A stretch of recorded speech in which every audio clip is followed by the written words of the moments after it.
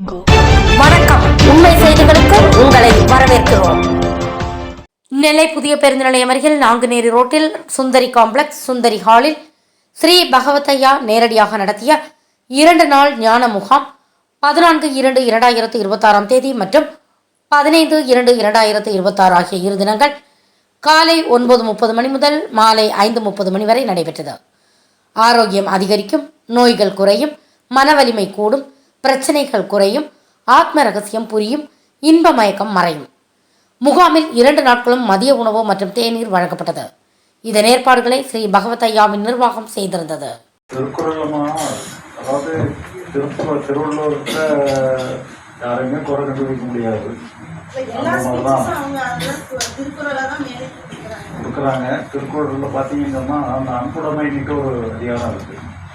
அதில் நமக்கு புற உறுப்புகள் என்னெல்லாமோ இருக்கிற மாதிரி அக உறுப்பு அன்பாக இருக்கணுங்கிற மாதிரிலாம் சொல்லியிருப்பாங்க. அதே மாதிரி அன்புடைமைங்கிறதுல நிறைய வலியுறுத்துவாங்க. இந்த நம்ம கான்செப்ட் படி அதுவே தவறு. இங்கே நீங்கள் எந்த எமோஷனுமே நீங்கள் வச்சுக்கக்கூடாது. எமோஷன் தானாக வரும். உதாரணமாக அன்பு இல்லாமல் இருக்கணுங்கன்னா நம்ம குழந்தை மேலே அன்பு வருது. இப்போ குழந்தை சேட்டை பண்ணிச்சுன்னு சொன்னால் அந்த அன்பு எங்கே போகும்? கோபமாக தான் வெளி போகும். அதனால் அது எல்லாம் எமோஷன்லாம் தானாக வரும், போகும்.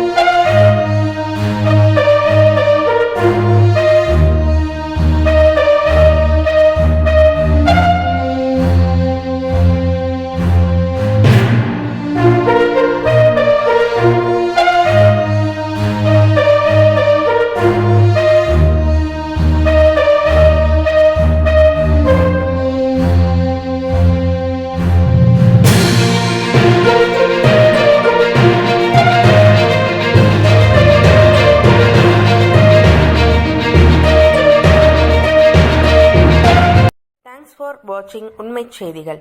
நெல்லை செய்திகளை உடனுக்குடன் தெரிந்து கொள்ள சேனலை சப்ஸ்கிரைப் பண்ணுங்க, லைக் பண்ணுங்க, ஷேர் பண்ணுங்க.